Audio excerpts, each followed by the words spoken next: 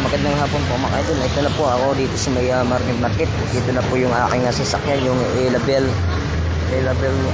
course I think is AC. At ito na po ay naghihintay pa kami ng bus na darating. Sabi alas 4. Sabi alas 4 na. Hindi po talaga masakto yan. Okay lang yun mga idol. Ay taputin pa lang alas 5 yan, alas 6.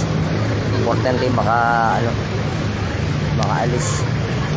At marami nga pong nag-aano dito.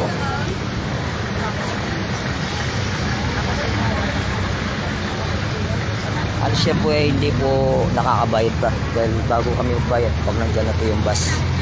Kaya kunting tiyaga lang mga idol. Kaya po mga nakapagay na yan. Pagkila naman dito na yan, papoto mo naman po ng mga ano yan. Iloilo. Tabak. Ibang putahan po niya. Aurora, Iloilo, Cubao. Samaga, Pupatan, Terminal, ayun. Tabugol, ayan. Ayan naman pupunta niyo yung mga kabila na yan. At marami na po. Yung kanilang bus po ay pangalan yung Arabs na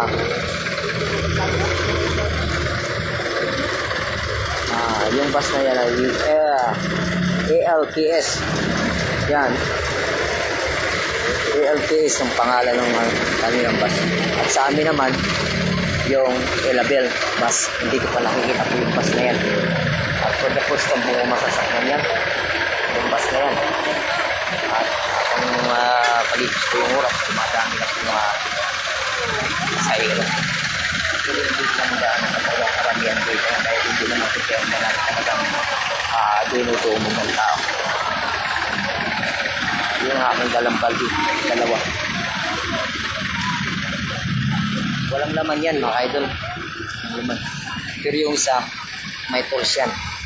Nanakit yung likod ko sa nabibit-bit niyan, mabigat. Layo ng nilakaran.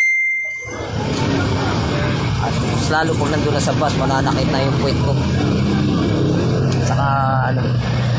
Saka uupo. 12 hours ang biyahe. Yan. Video natin yung paligid ng McKinley mga idol.